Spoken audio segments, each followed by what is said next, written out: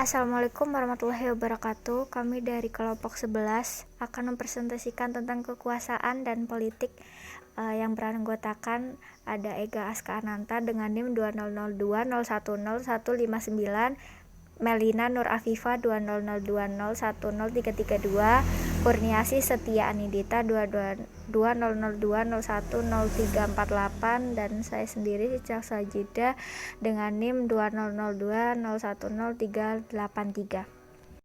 Materi diskusinya yaitu yang pertama pengertian kekuasaan, yang kedua karakter kekuasaan, yang ketiga sumber kekuasaan, yang keempat politik dalam organisasi, yang kelima elemen politik internal, dan yang terakhir faktor yang mendorong kegiatan politik.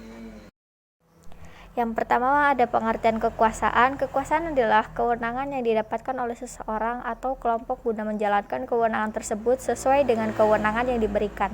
Kewenangan tidak boleh dijalankan melebihi kewenangan yang diperoleh. Definisi dari kekuasaan dari beberapa ahli yaitu menurut Max Weber dalam buku Western on Kislev pada tahun 1992 bahwa pengertian kekuasaan adalah kemampuan untuk dalam suatu hubungan sosial melaksanakan kemampuan sendiri sekalipun mengalami perlawanan dan apapun dasar kemampuan ini. Yang kedua, sedangkan Russell tahun 1983 menyatakan bahwa power atau kekuasaan adalah konsep dasar dalam ilmu sosial. Kekuasaan penting dalam kehidupan organisasi dan bahwa kekuasaan dalam organisasi terkait dengan status seseorang. Menurut Harold D. Laswell dan Abraham Kapalnya, pengertian kekuasaan adalah suatu hubungan di mana seseorang atau sekelompok orang dapat menentukan. Power is a relationship in which one person or group is able. Menurut Abraham Godwin pada tahun 2003, pengertian kekuasaan oleh ahli politik kontemporer ini sedikit lebih kasar. Menurutnya, pengertian kekuasaan adalah kemampuan atau force is the ability untuk mengakibatkan seorang bertindak dengan cara yang bersangkutan atau to cause someone to act in a way which she will not choose, dan tidak akan dipilih seandainya ia tidak dilibatkan atau left to herself.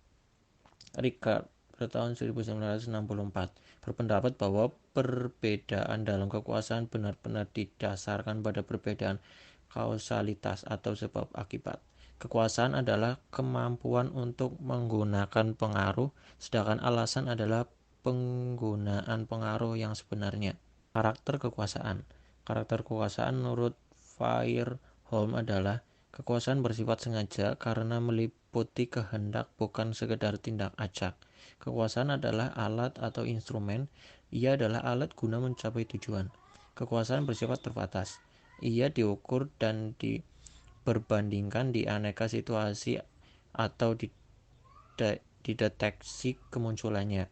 Kekuasaan melibatkan kebergantungan, terdapat kebebasan atau faktor kebergantungan.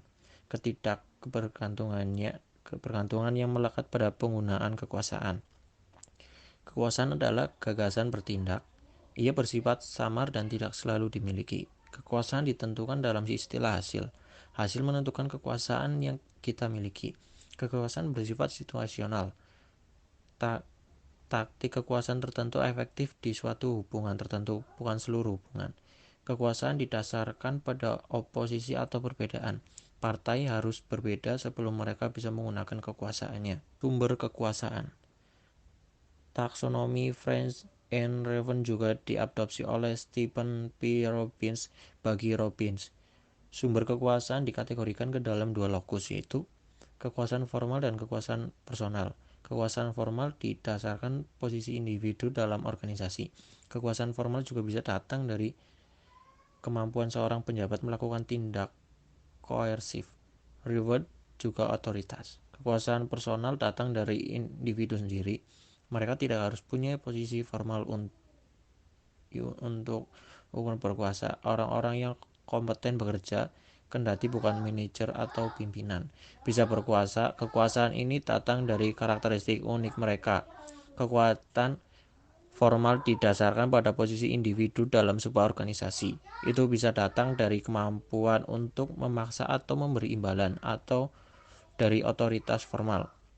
Kekuatan koersif. Basis kekuatan koersif bergantung pada rasa takut akan hasil negatif dari kegagalan mematuhi. Ini bergantung pada aplikasi atau ancaman penerapan. Sanksi fisik seperti rasa sakit, frustasi melalui pembatasan pergerakan atau pengendalian dengan kekuatan kebutuhan fisiologis atau keselamatan dasar. Reward power. Kebalikan dari kekuatan pemaksaan adalah kekuatan penghargaan yang dengannya orang mematuhi karena menghasilkan keuntungan positif. Seorang yang dapat membagikan penghargaan yang dimiliki orang lain sebagai sesuatu yang berharga akan memiliki kekuatan atas mereka. Coercive power. Coercive berarti kekerasan. Jadi coercive power adalah perolehan kekuasaan melalui cara kekerasan. Bahkan mungkin bersifat perebutan atau perampasan bersenjata. Hal ini lazim disebut kudeta. Kekuatan yang sah atau legitimate power dalam kelompok dan organisasi formal. Mungkin akses yang paling umum ke satu atau lebih basis kekuatan adalah melalui kekuatan yang sah. Ini mewakili otoritas formal untuk mengendalikan dan menggunakan sumber daya organisasi berdasarkan posisi struktural dalam organisasi. Selanjutnya, politik dalam organisasi. Politik dalam organisasi adalah suatu yang sulit dihindarkan tatkala organisasi terdiri atas 2 orang atau lebih. Terdapat banyak kepentingan di dalam organisasi. Langkahnya sumber daya dan tarik-menarik gagasan, seluruhnya membuat politik dalam organisasi menjadi konsekuensi logis aktivitas di dalam organisasi. Bagi Robert Morgan, organisasi serupa dengan sistem politik. Politik di dalam organisasi atau organisasional politik dengan memfokuskan perhatian pada 3 konsep, yaitu interest atau kepentingan, konflik, dan kekuasaan atau power. Interest atau kepentingan adalah kecenderungan meraih sasaran, nilai, kehendak, harapan, dan kecenderungan lainnya yang membuat orang bertindak dengan satu cara ketimbang lainnya. Politik keorganisasian muncul tatkala orang berpikir secara berbeda dan bertindak berbeda. Perbedaan ini menciptakan ketegangan atau tension yang harus diselesaikan lewat cara-cara politik. Cara-cara politik tersebut adalah A. Autocratically atau secara autokratik, B. Bureaucratically atau secara birokratis, C. Technocratically atau secara teknokratis, D. Democratically atau secara demokratis. Elemen politik internal. Yang pertama, inner circle relationship. Mengidentifikasi hubungan manajer upper dengan chief eksekutif, apakah hubungan tersebut bersifat kekeluargaan, kerabat, atau pertemanan. Yang kedua, axis of influence. Mengidentifikasi hubungan pertemanan dari manajer menengah atau area yang memiliki hubungan langsung ke chief eksekutif tanpa melewati manajer divisinya. Apakah hubungan khusus antara berbagai manajer level menengah dengan pimpinan puncak sehingga dapat mengesampingkan peran manajer divisinya. Yang ketiga, informal power center. Adakah karyawan level operasional yang memiliki hubungan khusus atau pertemanan dengan manajer senior sehingga melewati atasannya? Yang keempat, polarizing element. Adakah ketidakcocokan antara manajer dengan bawahannya, dan dalam hal apa sajakah itu terjadi, dalam semua aktivitas organisasi atau hanya perbedaan yang tidak prinsip saja? Yang kelima, informal coalition. Adakah grup manajer yang berkoalisi untuk menolak keputusan atau mengambil keputusan yang lain dengan yang sudah ditetapkan manajer atasnya, dan sejauh mana hal ini akan diteruskan? Faktor yang mendorong kegiatan politik. Wigner dan Hollenbeck mengidentifikasi sejumlah faktor yang mendorong kegiatan politik di dalam organisasi. Faktor-faktor tersebut adalah A. Personalitas pribadi.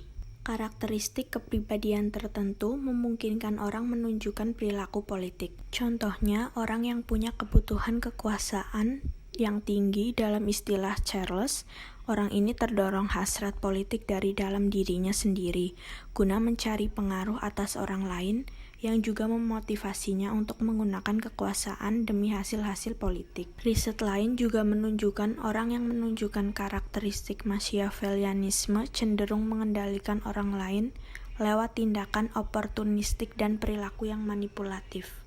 Mereka cenderung terbuka untuk terlibat dalam politik. Sebagai tambahan, riset mengindikasikan bahwa kesadaran diri orang tidak sama dengan lainnya untuk terlibat dalam politik kantor, karena mereka takut menjadi perhatian publik dan dinilai negatif karena terlibat dalam politik. Selanjutnya akan disampaikan oleh teman saya, Kurniasi Setia Anindita. B. Ketidakmenentuan. Ketidakmenentuan menjadi alasan munculnya nuansa politik dalam organisasi. Adapun jenis-jenisnya sebagai berikut. Yang pertama, keberatan-keberatan dalam ketersediaan sumber daya langka atau informasi seputar sumber daya tersebut. Yang kedua, informasi yang beredar bersifat ambigu atau tidak jelas atau lebih dari satu versi. Yang ketiga, sasaran, tujuan, peran pekerjaan atau ukuran kinerja yang tidak didefinisikan secara baik.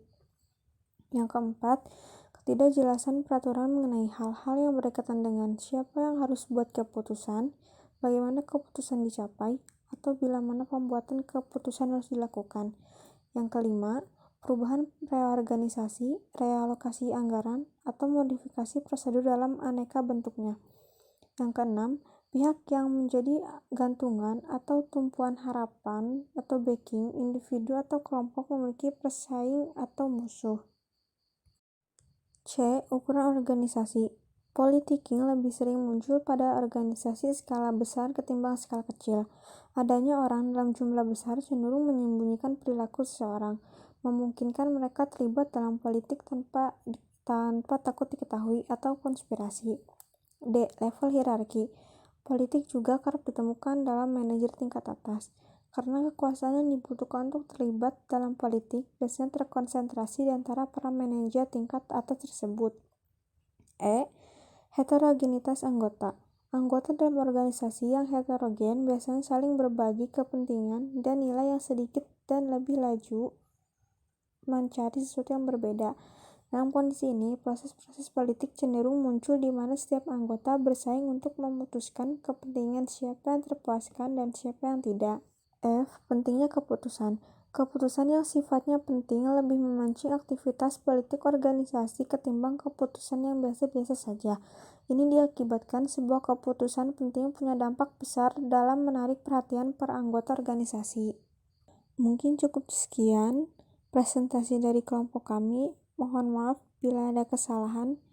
Billahi taufiq wal hidayah. Wassalamualaikum warahmatullahi wabarakatuh.